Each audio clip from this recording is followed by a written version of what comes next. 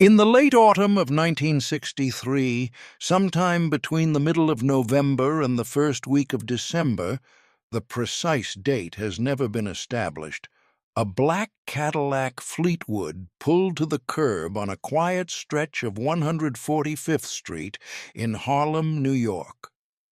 The evening was cool and settling toward dark. Street lamps had begun their pale work against the early dusk. The storefronts along this particular block were mostly shuttered for the night. A barber shop with its striped pole unlit, and a dry cleaner's with brown paper taped across its window, and a narrow restaurant called Maybelle's, which served fried fish and collard greens to a clientele that knew not to ask too many questions about who else might be eating in the back room. The Cadillac's engine idled for a moment, then cut. Two men stepped out from the front seats. They wore dark overcoats and moved with the quiet efficiency of men who had done this many times before. One walked to the restaurant's front door and looked inside. The other stood at the curb and surveyed the street in both directions. After a moment, one of them opened the rear passenger door. Ellsworth Raymond Johnson, known to virtually every person in Harlem as Bumpy, stepped onto the sidewalk. He was 57 years old. His hair was cropped short and graying at the temples. He wore a charcoal wool suit, well-tailored but not ostentatious, a white shirt with a spread collar, and a dark tie held in place with a small gold clip. His shoes were polished black leather. He carried no briefcase, no folder, no visible weapon. His hands were empty, and he kept them at his sides. There was a stillness about him that people who knew him understood was not passivity. It was attention.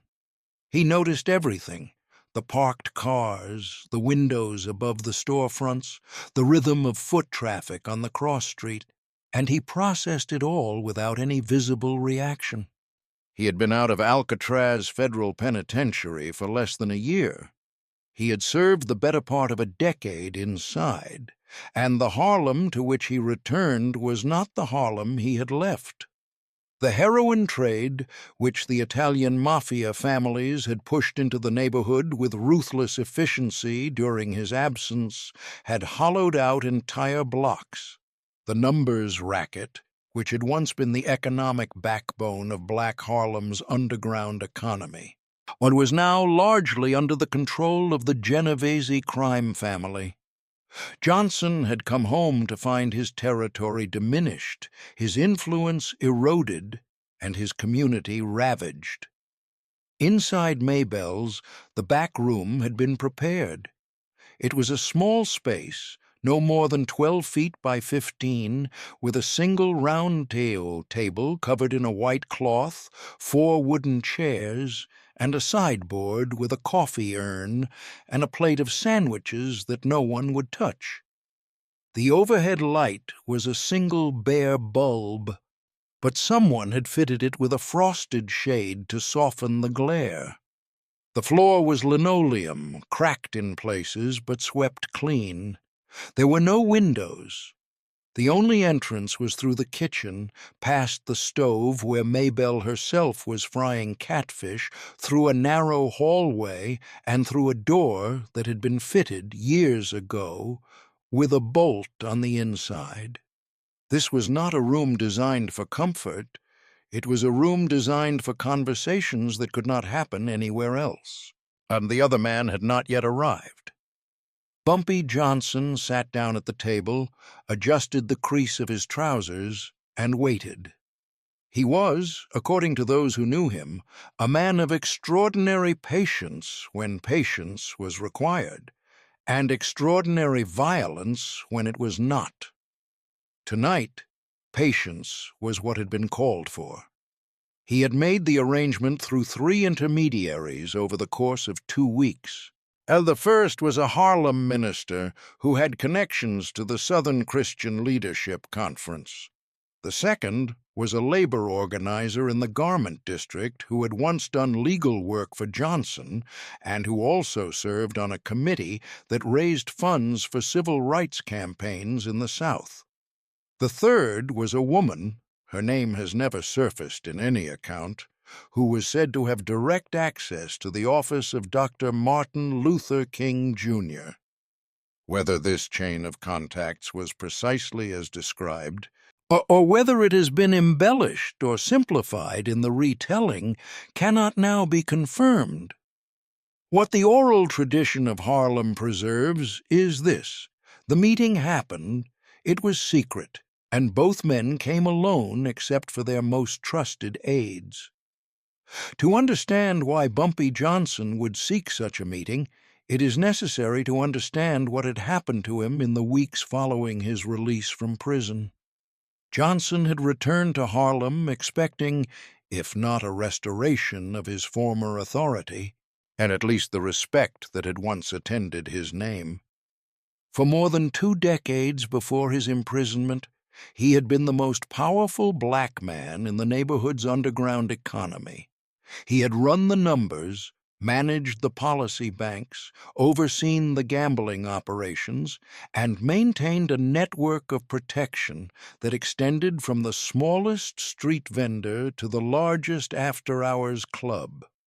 He had also, in a manner that was complicated and sometimes contradictory, served as a kind of unofficial social institution. He paid the rent of families who could not pay it themselves. He bought winter coats for children. He settled disputes that the police would not touch and that the courts would not hear.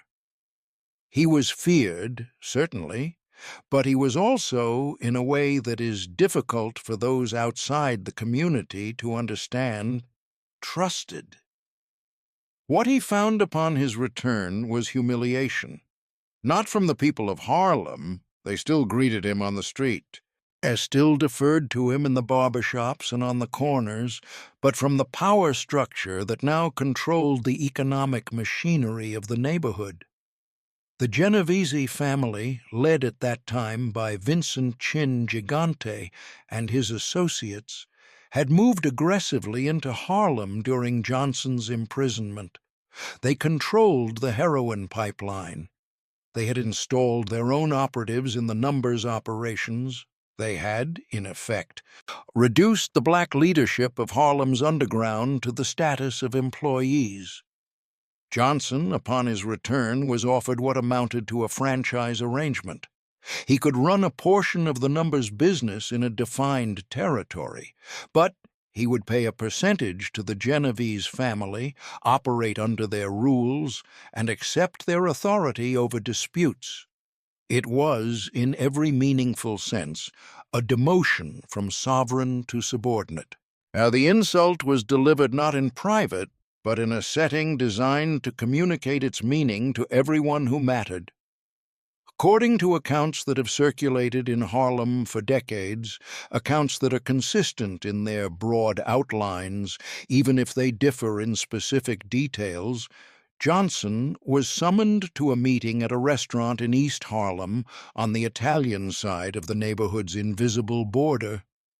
He was made to wait. When he was finally brought to the table, the Genovese representatives did not stand. They did not offer him a seat immediately. They spoke to him in terms that made clear they regarded him as a functionary, not a peer. One of them, whose name varies depending on the telling, reportedly said something to the effect that Harlem had been taken care of while Johnson was away, and that the new arrangements would continue with or without his participation. Johnson said nothing. Those who were present, or who heard about it from those who were, noted that his face did not change. He did not raise his voice. He did not make threats. He listened, nodded once, and stood up. He buttoned his jacket, adjusted his cuffs, and walked out of the restaurant without looking back. His car was waiting at the curb. He got in and was driven back to Harlem.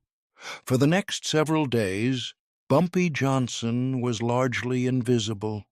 He did not appear at his usual haunts. And he did not hold court at the barber shop on 7th Avenue, where he had traditionally received visitors and conducted business. He did not make phone calls that anyone could later trace or describe. His wife, Mamie Hatcher Johnson, whom he had married in 1948 and who had waited for him through the entirety of his prison sentence, later described this period as one of intense quiet. He read. He sat in their apartment and thought. He took long walks in the early morning before the streets filled, and moving through the neighborhood with his coat collar turned up and his hands in his pockets. He was not hiding. He was calculating. What Johnson understood, and what many men in his position might have missed, was that the insult delivered to him at that East Harlem restaurant was not personal. It was structural. The Genovese family had not humiliated him because they disliked him or feared him. They had humiliated him because the system that had produced their power depended on the subordination of black economic activity in Harlem. The heroin trade that was destroying the neighborhood was not an accident or a side effect. It was a business model. The drugs came in through Italian-controlled supply chains, were distributed through black intermediaries who bore all the risk, and generated profits that flowed overwhelmingly to white-controlled organized crime. The numbers racket, which had once been a source of independent black wealth, had been absorbed into the same structure. Johnson was not facing a personal enemy. He was facing an economic system.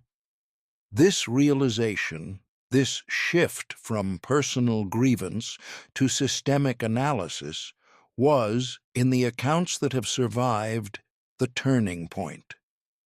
Johnson had always been intelligent. He read widely. He was known to quote Shakespeare and to discuss philosophy with the poets and intellectuals who frequented Harlem's literary salons. And he was not an uneducated man forced into crime by circumstance alone. He was a strategic thinker who had chosen the paths available to him in a society that had closed most other doors. And now, sitting in his apartment in late 1963, with the sounds of Harlem coming through the windows, the buses on Lenox Avenue, the children playing in the street, the distant wail of a saxophone from someone's open window, he began to think not about revenge, but about leverage. But the question he appears to have asked himself was not how to fight the Genovese family. That would have been a war, and wars in organized crime were measured in bodies, not outcomes. The question was how to change the terms of the arrangement, how to create conditions in which the people who controlled Harlem's underground economy would have to negotiate, not dictate. How to build a position of strength that did not depend solely on the threat of violence, because violence against the Mafia was a game he could not win. He needed something else. He needed allies from a world he had never fully entered. He needed the civil rights movement. This was not a conclusion that a man like Johnson would have arrived at easily. His entire career had been built on self-reliance and the strategic application of force within a closed system. He had never depended on institutions outside his control, and he had never trusted movements that operated according to principles he did not share. But prison had changed him, not in the ways that sentimentalists might hope. He had not become a pacifist or discovered religion or renounced the life he had led, but in the way that a decade of enforced stillness changes any intelligent man. He had read more than he had ever read before.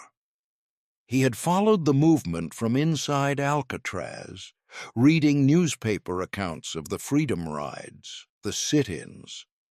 the bombing of the 16th Street Baptist Church in Birmingham. He had watched from the remove of a prison cell as an entirely different model of power emerged in Black America, one that did not depend on violence or money or territorial control, but on moral authority, disciplined organization, and the capacity to force the machinery of the American state to respond. He had not admired this model exactly, but he had studied it, and he had recognized its effectiveness. And the connection between Bumpy Johnson and the formal civil rights movement was, by 1963, already more substantial than most historians have acknowledged. Johnson had known Malcolm X since the 1940s, when the future minister was still a street hustler known as Detroit Red, running small scams in Harlem's after-hours clubs.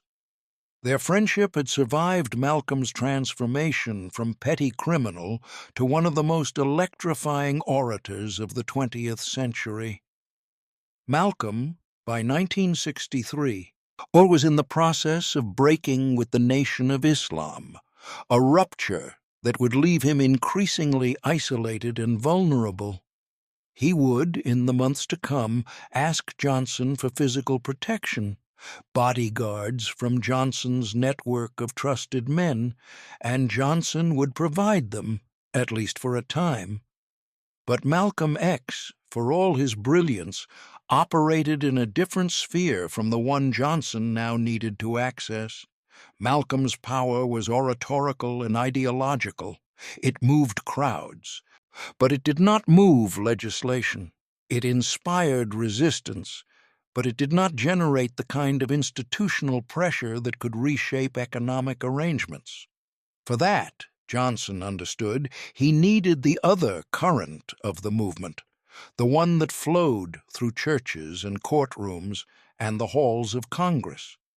He needed the Southern Christian Leadership Conference. He needed its leader. The idea of Bumpy Johnson reaching out to Martin Luther King Jr. would have seemed, to anyone who knew both men, improbable to the point of absurdity. King was, by 1963, the most prominent advocate of nonviolent resistance in the world. He had led the Montgomery bus boycott. He had been arrested, beaten, stabbed, and surveilled by the FBI. He had delivered the speech at the March on Washington that would define an era. His moral authority was unassailable, and it rested precisely on his rejection of the methods that men like Bumpy Johnson employed. A king's world was one of prayer meetings, legal briefs, and disciplined public action. Johnson's world was one of switchblades, numbers, slips, and quiet conversations in back rooms. The distance between them was not just geographical or tactical. It was, seemingly, moral. And yet, Harlem in 1963 was a place where the boundaries between the underworld and the movement were more porous than either side would have publicly admitted. Adam Clayton Powell, Jr., the flamboyant and powerful congressman who represented Harlem in Washington, maintained relationships with both the legitimate civil rights establishment and figures from the neighborhood's less legitimate enterprises. Fundraisers for Southern campaigns sometimes drew contributions from sources that no one examined too closely. Of the practical realities of organizing in black communities that were simultaneously under siege from white supremacist violence and from the economic depredations of organized crime, meant that strict lines between the righteous and the compromised were, at the ground level, often blurred. Johnson began, according to the oral tradition, by reaching out not to King directly, but to the infrastructure around him. And he contacted a minister in Harlem who had connections to the SCLC's network of affiliated churches. This minister, whose identity has been deliberately obscured in every account, presumably to protect his reputation, served as the first link in a chain. Through him, Johnson's message reached a labor organizer in the garment district, a man who moved comfortably between the worlds of union politics, civil rights, fundraising, and the kinds of back-channel negotiations that never appeared in meeting minutes. This organizer, in turn, knew a woman who worked in proximity to King's inner circle. The message that passed through these intermediaries was simple. Bumpy Johnson had information about the economic exploitation of Harlem that the civil rights movement needed to hear, and he was prepared to offer something in exchange for a conversation. What he was offering, it appears, was money, not a bribe, not a transactional payment, but a substantial contribution to the SCLC's operations in the North, where the organization was seeking to expand its activities beyond the Southern campaigns that had defined its first decade. Johnson understood that the movement ran on money as surely as any other enterprise. The buses for the marches, the bail funds for the arrested demonstrators, the legal fees for the court challenges, on the salaries of the organizers who worked 16-hour days, all of this required cash.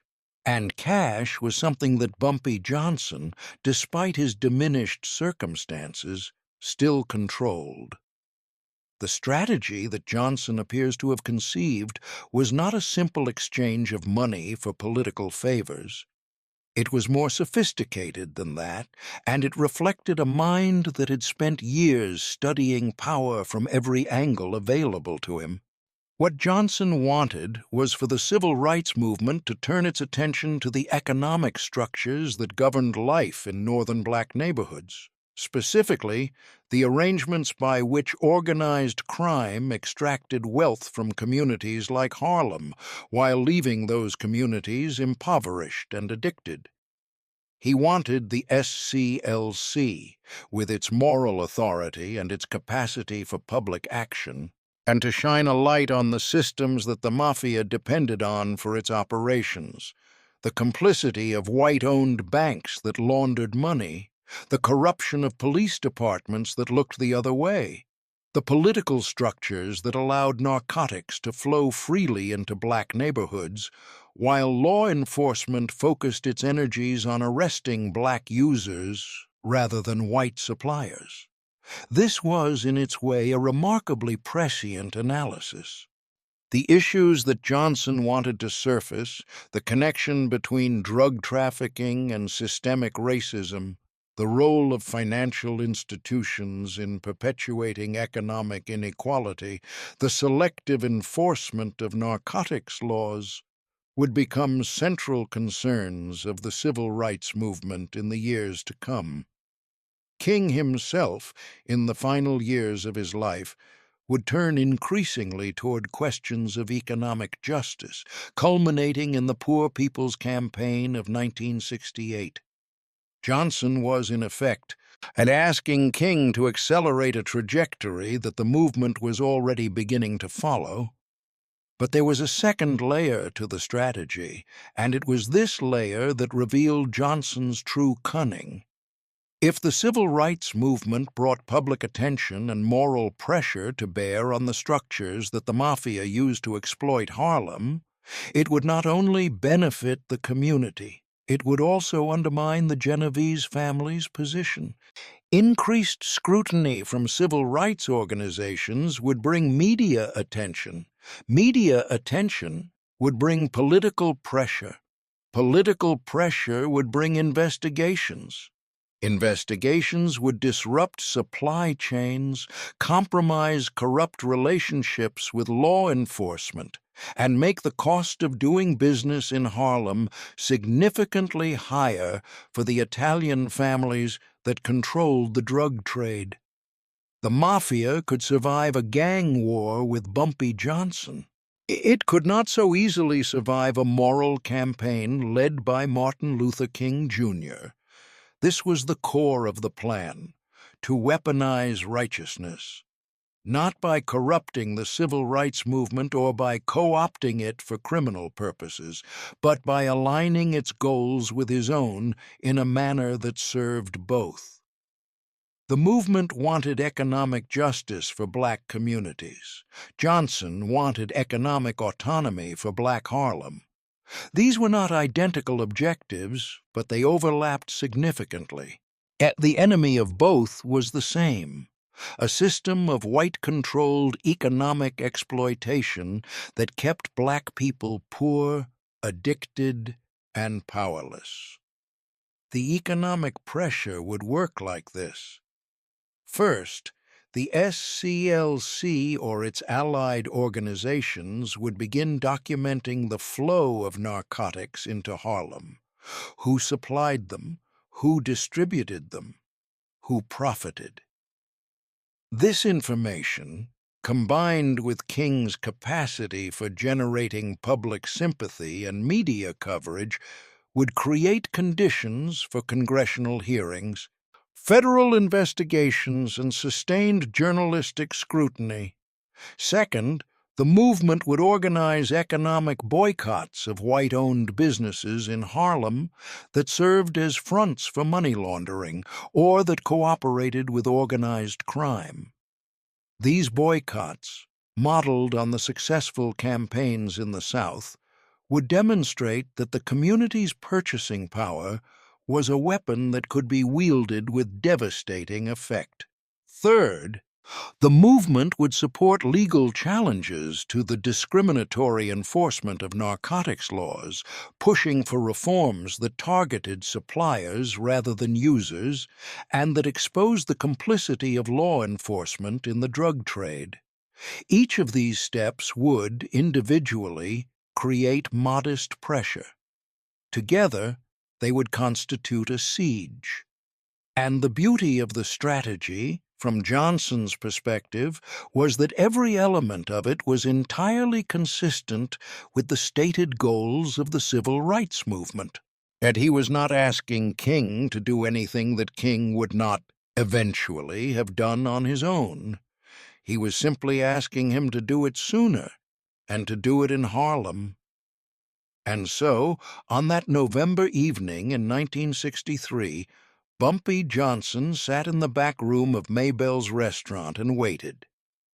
The account of what happened next exists only in fragments, pieces of oral history passed from one generation to the next in Harlem, never written down in any publication, never confirmed by any official source. What follows is a reconstruction based on those fragments, and it should be understood as such. Dr. King arrived approximately 40 minutes after Johnson. He came in a car driven by a local minister, not in any vehicle associated with the SCLC. He wore a dark suit and a narrow tie.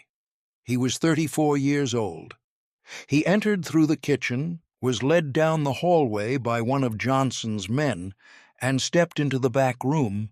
The two men had never met before. They looked at each other for a moment. Then Johnson stood, extended his hand, and King took it. They sat down across from each other at the round table, and the door was closed. No recording was made. No notes were taken, at least none that have ever surfaced. The conversation is said to have lasted approximately 2 hours. What was discussed can only be inferred from what happened afterward, and from the scattered recollections of those who were told about it by the participants or their closest associates. But the broad outlines, as preserved in Harlem's oral tradition, are consistent. Johnson reportedly began by describing the economic conditions in Harlem in detail that went far beyond what was available in any newspaper or government report. He knew the numbers because he had lived inside the numbers.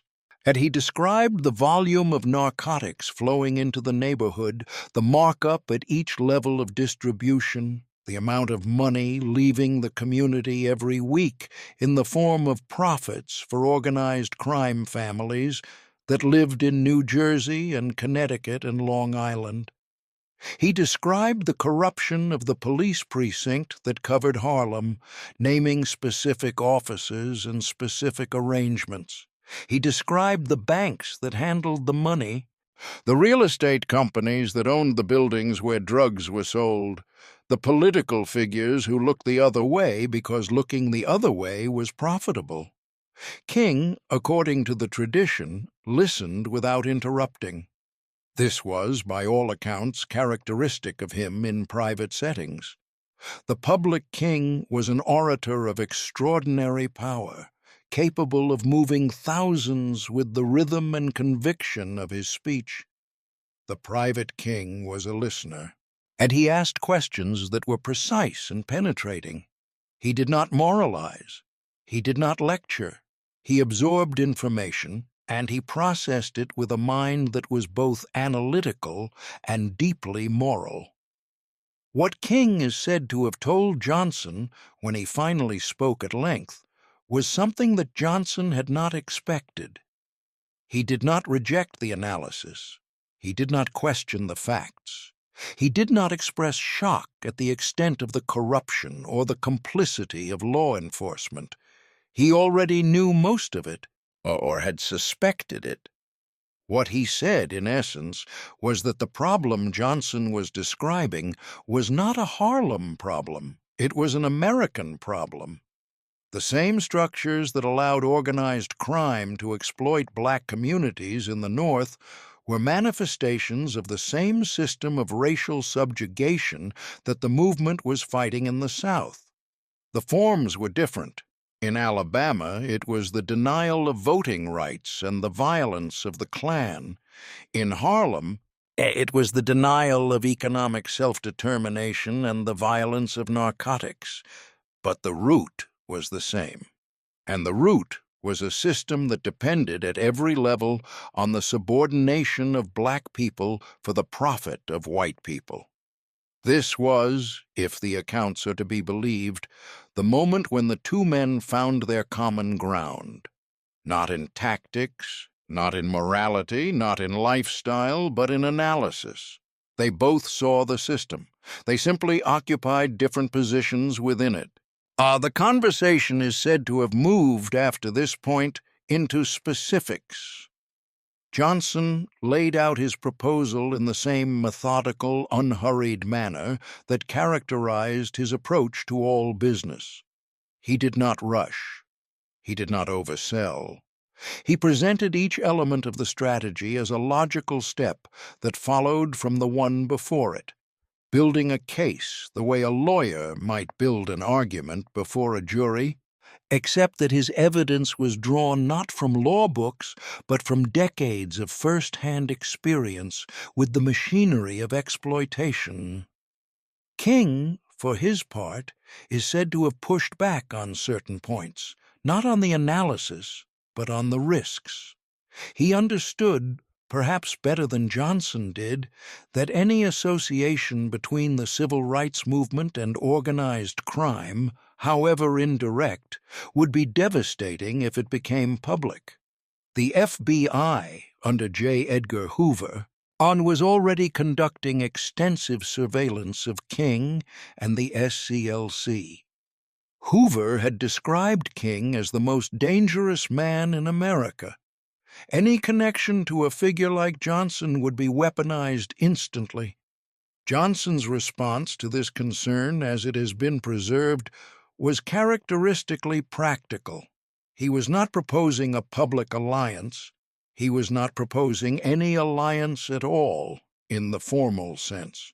He was proposing that certain information, factual, verifiable, and detailed information about criminal exploitation in Harlem would find its way to people who could use it. The information would arrive through channels that could not be traced back to its source. The movement would act on it as it saw fit, for its own reasons, in its own way. Johnson would not be involved in any public action. His name would never be mentioned. He would simply be a source, anonymous, invisible, deniable. The same way that underworld figures had always interacted with the institutions of legitimate society, through intermediaries, through cutouts, through the deliberate maintenance of plausible distance. What happened in the weeks and months following the meeting, if it occurred as described, is difficult to trace with certainty because the effects were, by design, indirect. There was no announcement, there was no public alliance. The connection between the two men, if it existed, was never acknowledged by either side. But several things happened in Harlem and in the broader civil rights movement in the period from late 1963 through 1965 that are consistent with the kind of strategy that Johnson is said to have proposed. First, the SCLC and its allied organizations began paying significantly more attention to conditions in northern cities.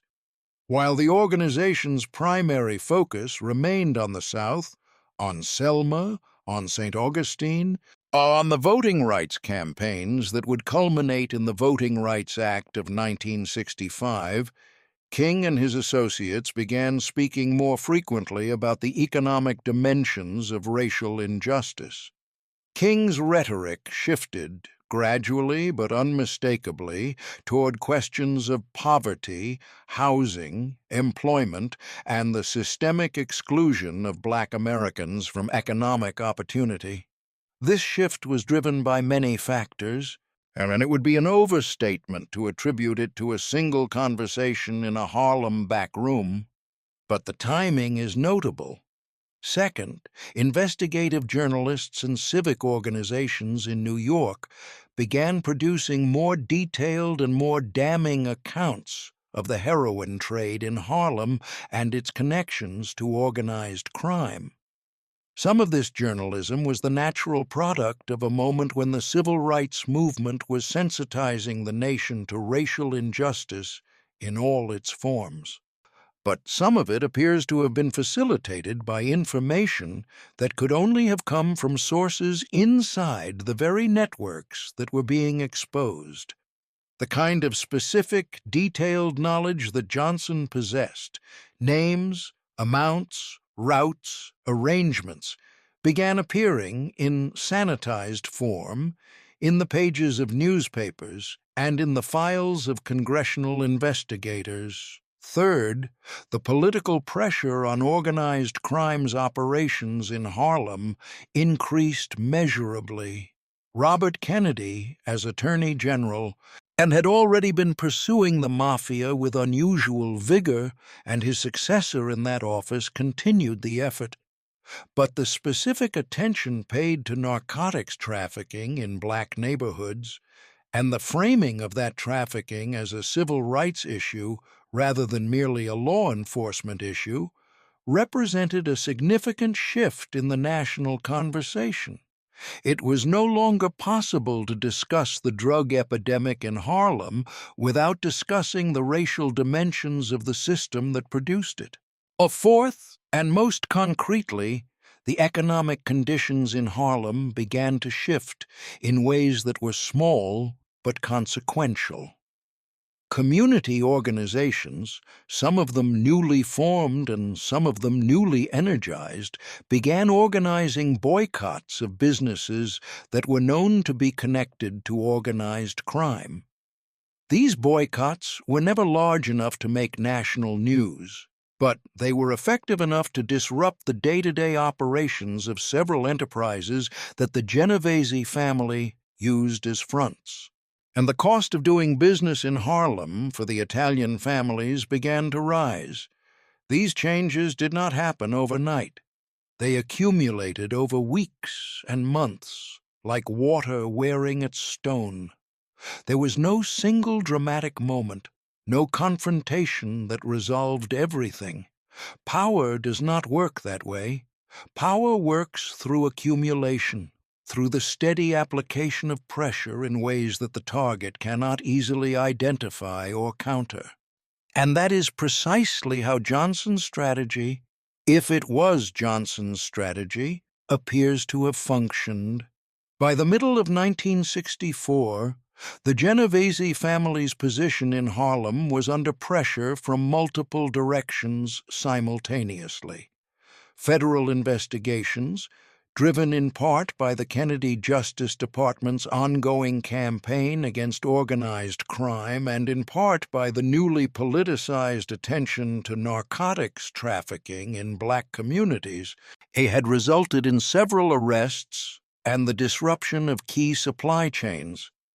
The community boycotts, though modest in scale, had made certain operations unprofitable, and the increased scrutiny from journalists and civic organizations had made it more difficult for corrupt police officers and politicians to maintain the arrangements that had allowed the drug trade to flourish.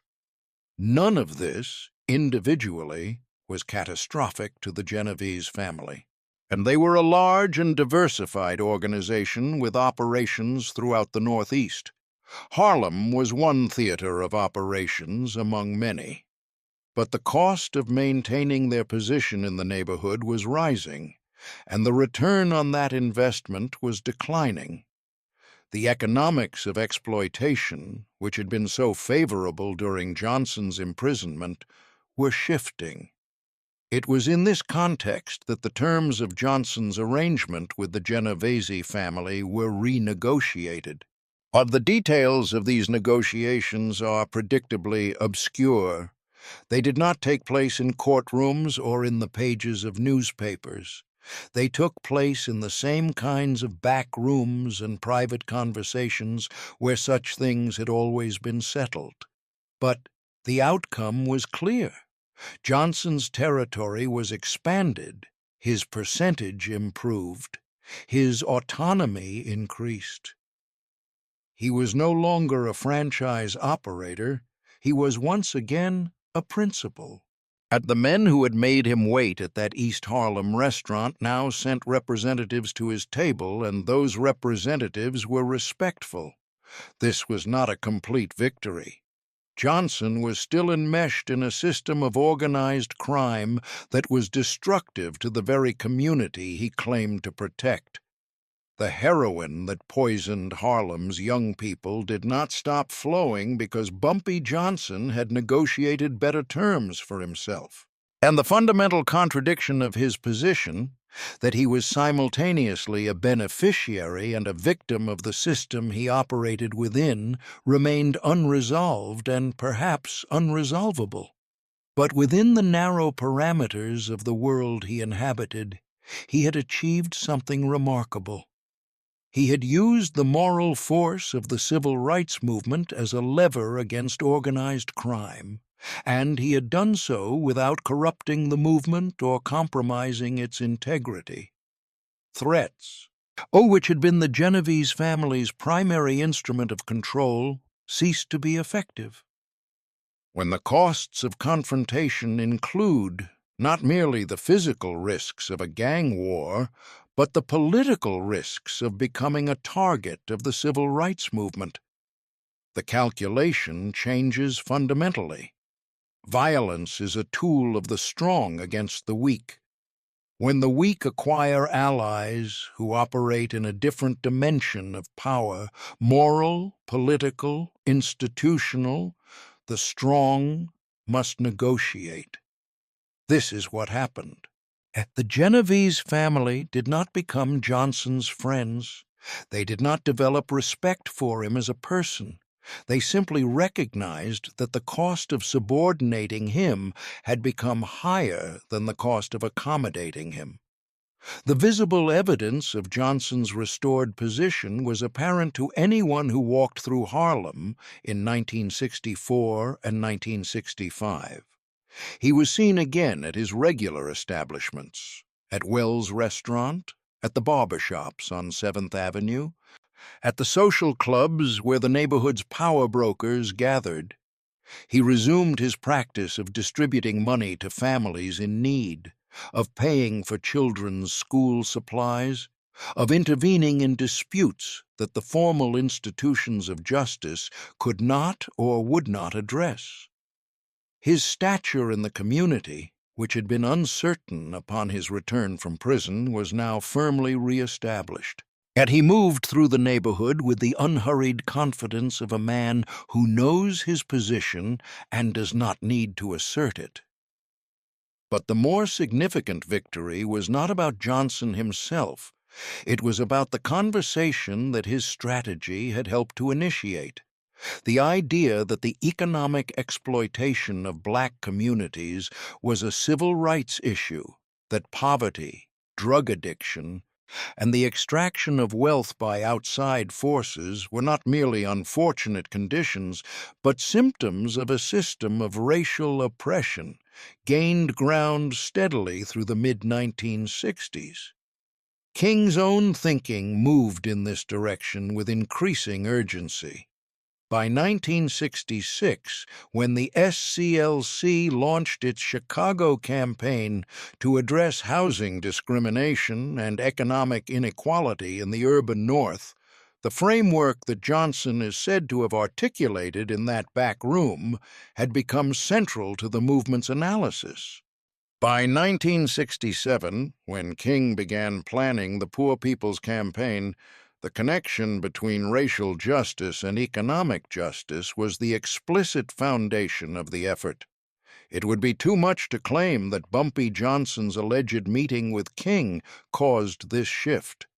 The forces that moved the civil rights movement toward economic issues were vast and complex, involving hundreds of thousands of people, dozens of organizations, and the accumulated weight of centuries of injustice. Johnson was, at best, a one voice among many, and a compromised voice at that. But the possibility that a Harlem crime boss, sitting across a table from the most important moral leader of his generation, contributed to a conversation that changed the direction of the movement is not, on its face, absurd. Stranger alliances have shaped history. Ellsworth Bumpy Johnson died on July 7, 1968, 3 months after the assassination of Martin Luther King, Jr. He was 62 years old. Had he suffered a heart attack at Wells Restaurant in Harlem, the neighborhood he had never left and never fully controlled and never stopped trying to protect? The waitress had just served him coffee, a chicken leg, and hominy grits. He fell forward, clutching his chest, and was dead before the ambulance arrived. He was buried at Woodlawn Cemetery in the Bronx. His wife, Mamie, survived him by more than 4 decades, dying in 2009 at the age of 94. King had been killed 3 months earlier, on April 4th, on the balcony of the Lorraine Motel in Memphis, Tennessee, where he had gone to support a sanitation workers' strike, an action that was, in its essence, about the economic dignity of black workers. He was 39 years old. The movement he had led did not die with him, but it changed. The Poor People's Campaign went forward, arriving in Washington in May 1968, but without King's leadership, it lacked the moral clarity and strategic discipline that had been his greatest gifts. The questions he had been asking at the end of his life, about poverty, about economic justice, about the structures of exploitation that kept black Americans poor in a wealthy nation, remained unanswered. Harlem, too, changed. The heroin epidemic deepened in the years following Johnson's death, devastating a generation. The Genovese family continued its operations, adapting to new conditions and new competitors. Frank Lucas, a man who had been on the periphery of Johnson's world, rose to become one of the most prolific heroin traffickers in the city's history, a story later told in the film American Gangster. The community organizations that had begun to challenge the structures of exploitation continued their work, often against impossible odds, and some of them achieved remarkable things. But the fundamental problem that Johnson and King had both identified, the systematic extraction of wealth from black communities by forces they could not control, persisted.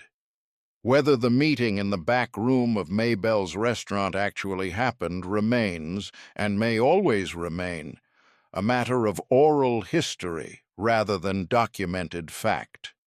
No newspaper published it. No historian has confirmed it. No archive contains a record of it. The two men left no letters to each other, no photographs together, and no public acknowledgement of any connection.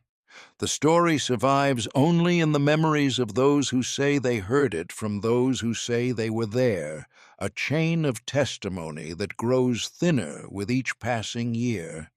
But the story persists, and perhaps it persists because it speaks to something that the documented record does not adequately capture. The civil rights movement, as it is usually told, is a story of moral heroes. Ministers and students and ordinary citizens who put their bodies on the line for justice.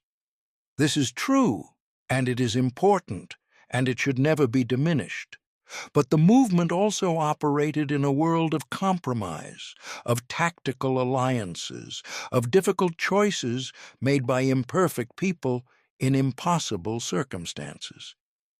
The world of Bumpy Johnson, the world of numbers runners and policy banks, of switchblades and back rooms, was not separate from the world of Martin Luther King, Jr.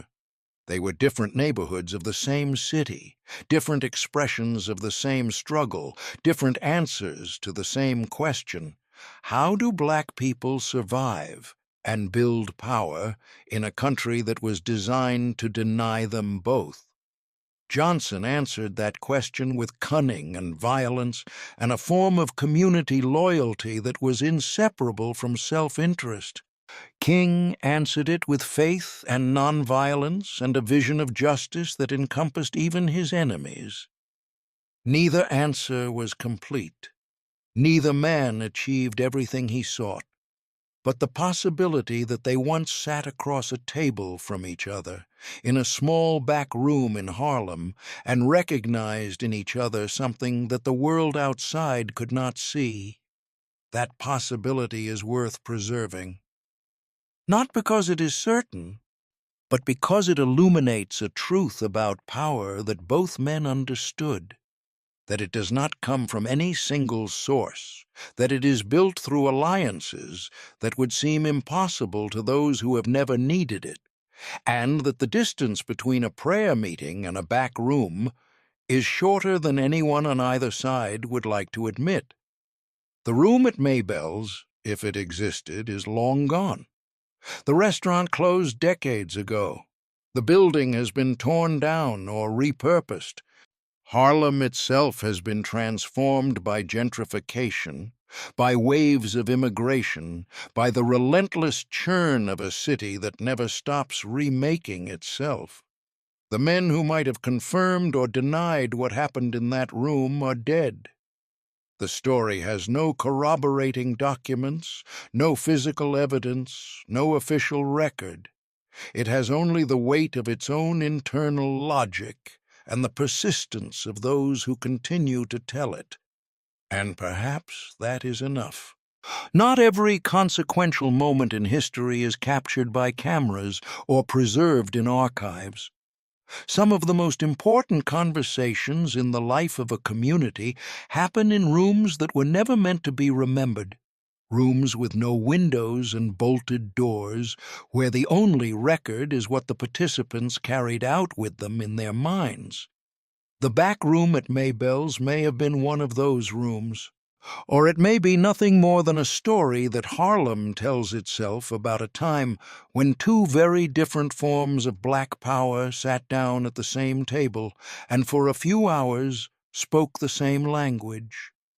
Either way, the questions that the story raises are real. The systems it describes were real. The men at the center of it were real. and the lives they led, however different, were shaped by the same American reality. Bumpy Johnson died in a restaurant. Martin Luther King Jr. died on a balcony. Harlem endured. The struggle continues. And somewhere in the oral tradition of a neighborhood that has always known more than it could prove, the story of that meeting, real or imagined, documented or not, is still being told. What the story teaches, if it teaches anything, is that power is never pure. The men and women who change the course of history are not always the ones whose hands are clean. Sometimes the information that breaks a corrupt system comes from someone who operates within that system. Sometimes the money that funds a righteous cause was earned in ways that the cause itself would condemn. Sometimes the alliance that saves a community is one that neither party can ever acknowledge.